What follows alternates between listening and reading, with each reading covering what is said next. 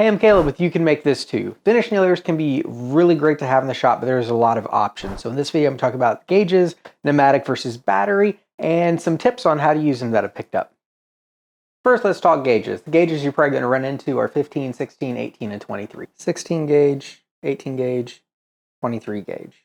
15 and 16 are your finish nailers. 18 is also called a brad, and the 23 is called a pin nailer. So if someone says brad, 18, pin, 23, finish, it's probably a 15 or a 16. Difference between 15 and 16 is diameter. 15 is a little thicker, but also I don't have a 15, but 16s will have, well, that's a brad. 16s will have a straight magazine and straight nails, whereas the 15 will be angled. And the sizes go backwards. 15 is the largest, 23 is the smallest, because these are wire nails. So they're actually made from wire that's cut, and then they smush a head onto it. So the gauge or diameter comes from the wire gauge that they're cut from, and wire gauges go backwards because of how wire is made. They start with a big wire, then they pass them through dies, and each die, compresses it, makes it a little bit smaller, stretches it rather. So they'd start with a 0 wire, then pull it through the first die, gauge 1, second die, gauge 3, and as you go through more dies, you get smaller, and then they'd call that the gauge. And then later on, they actually then measured what all those gauges was and made standards. But anyway, what gauge do you want to use for what? Well, 15 and 16 are what you're most likely going to be using for trim and finish work. So if you're doing finish carpentry, so baseboard, casing, crown molding, chair rails, all that kind of stuff, these are the nails ideal for that. And again, the 15 is angled and the 16 is... And next is the 18 gauge, the brad nailer. Most times that you're driving trim, you're looking at 5/8 to 3/4 of an inch thick. But that larger nail is probably going to split material that's thinner than that. So that's when we step up to the brad. So that's great for material that's a 1/2 inch in thickness or less. Again, that smaller nail means it's less likely to split. And it also means it leaves a smaller hole that's easier to hide. That's why most people in woodworking, when they're using a nailer to just attach small pieces or hold things together until glue sets, they go to a brad nailer because it does have a head, so it has some holding power, but it's really small, so you won't have as obvious of a repair after you putty over it, and then apply finish or paint or whatever you're... And then lastly, we have the 23 gauge pin nailer, which shoots tiny nails. Often they are headless, but you can also get semi-headed nails, which have a very tiny head.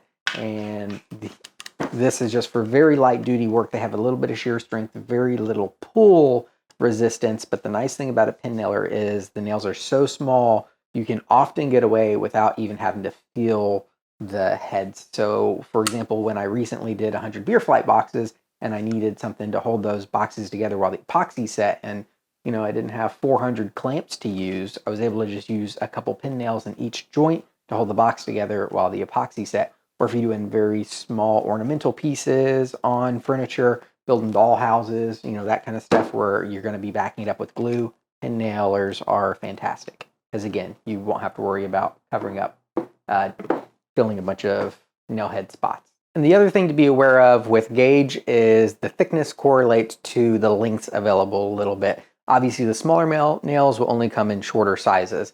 The brad nailers are normally shoot 1/2 inch to 1 inch nails. This range you'll see. When you go to the finish nailers at 16, normally they're available from 1 inch to 2.5 inches.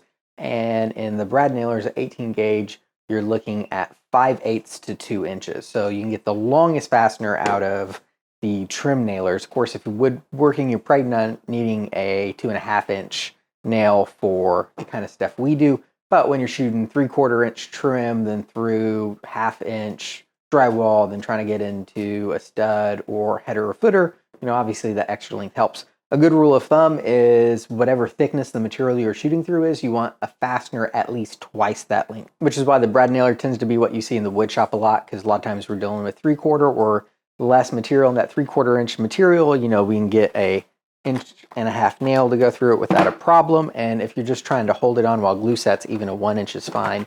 And then when we're dealing with, 1/2 inch material or less, those 1 inch nails or going down to 5/8 is perfect. There's plenty enough range. You're probably not going to need more than a 2 inch nail. The biggest I keep on hand is 1 3/4, and I seldom bust that out.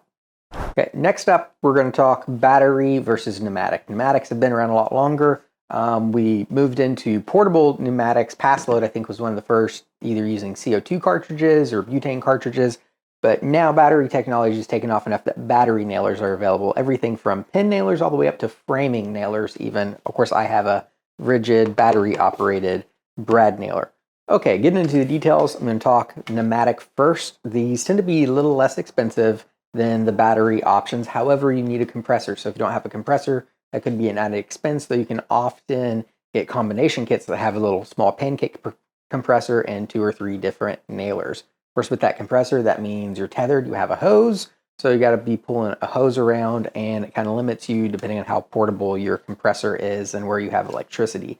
But they tend to be lighter, and they tend to shoot a lot faster. So if I have to shoot a lot of nails, that's the one time when I pull out my pneumatic instead of using my battery these days. And as far as maintenance goes, one thing you have to remember is you need to oil these every day when you use them. Okay, now jumping over to the battery. First thing you'll probably notice is this is a lot bigger. This is a brad nailer. Here's a pneumatic brad nailer. This is significantly heavier and larger. But one of the things I get is portability. I don't have a tether. I'm not tied to anything. And also anywhere that I have live batteries or charged batteries, I can use this. I don't have to worry about being able to set a compressor, plug it in, keep it charged, etc. Of course, there's some argument to be said for keeping air tanks, but yeah, the batteries are going to run a lot longer than little air tanks will. Also, these tend to be oilless, but on the downside, they are a little slower. So there's not much maintenance, like I said, they're oilless. But the way at least mine works, I think there's some new tech out there, but these tend to shoot a lot slower. Normally, for the kind of things I'm doing, it isn't a problem, and it doesn't slow me down waiting on this to reset the hammer. Also, this gun is a little louder than the pneumatic when it fires, but because I don't have a compressor, that also means I don't have a compressor kicking on. So overall, when you're dealing with the compressor cycling, the pneumatic tends to be a lot louder if you have a loud compressor, which, I mean, most of us do, I think. All right, getting into tips a little bit. If you're using a pneumatic, I want to talk about hoses. This is a PVC hose, and you'll notice it's quite rigid. I mean, and it tends to kind of want to stay in place and kind of return. It's not very flexible. These are pretty inexpensive. This is the 3/8 internal diameter, I think, so this is the common size you normally see. If you're going to go PVC, I recommend getting the really thin 1/4-inch stuff. It handles the pressures that you're going to run these guns at just fine, and it's lighter and more mobile. Oftentimes they're coiled. But if you want a longer hose or just a heavier duty hose, get the hybrid instead of the poly. You see, I always get the hybrid hoses because, I mean, they move, they drag around a lot easier. Every time I have to use a hose like this, I end up knocking something over or pulling something over, and then you're fighting the hose because you're not just having to pull it, you're having to pull any kinks out of it. And then, you know, whoever happened to stick their foot inside of it or beside it, you got to pull them over to get your nailer where you're trying to get to. So get hybrid hoses or get the really thin hoses. Not these. Just don't get these. Okay, the next tip has to do with how we shoot the nails. So the way nails are held in is just by friction from splitting the wood fibers. So they go in and split the wood fibers, then it just depends on the wood fibers squeezing them in place. So there's pretty good shear resistance, but there is very little resistance to pieces being pulled off.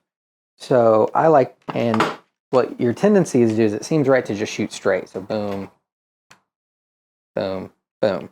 A better way that I picked up from my friend Chris, A Glimpse Inside, is to shoot them at angles and oppose them, alternating. And what we did is just created the dovetail shape. And what this does is instead of just being held in place by friction, now we're actually creating a mechanical joint by having this opposing geometry. Because in order to pull this piece off, this nail needs to move that way. But the nail on the other side is opposing it. So if you shoot all your nails that way as you go, then your stuff's going to hold on a lot tighter and stronger. Okay, earlier I mentioned that these are actually wire and then they're pinched off and then all glued together. So what the cutter does is it clips the wire this way. So you'll notice these have a wedge and there's a point in the middle, then they slope off to the left and right, and they smush the back to make a head. But this wedge is important because when we put the nails in our gun, our wedge is on the left side and right side. So I'm sure you've all, if you've used a trim nailer before, you've had blowout. Well, the way to prevent that is to keep in mind the way the wedge goes. So if I want to shoot a nail, well, better example would be this way.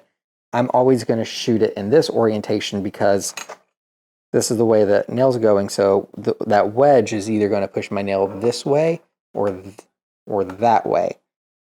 If I shoot it like this, now my nails are like this, and that wedge, if it's going to dive this way or that way, and that's how I'm going to get blowout. So if you're always shooting perpendicular to what you want to go into, then you're never going to have a blowout, because if this bends, it's just still going to go where I want it to.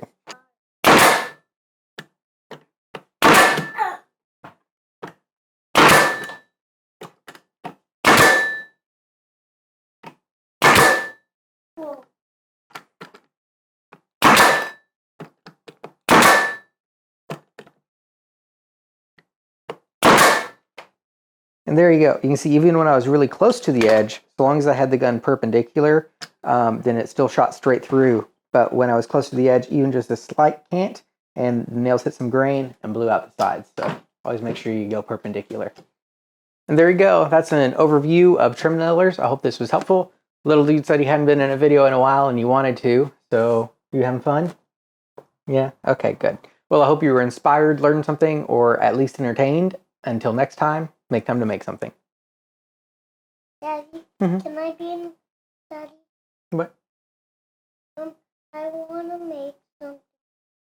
Okay, we can make some soon. You want to make your stool? Yeah? All right, we'll make a stool soon. Ready to get down? I want to paint my stool. Oh, that's right. We're going to paint it. Yeah, we can do that soon.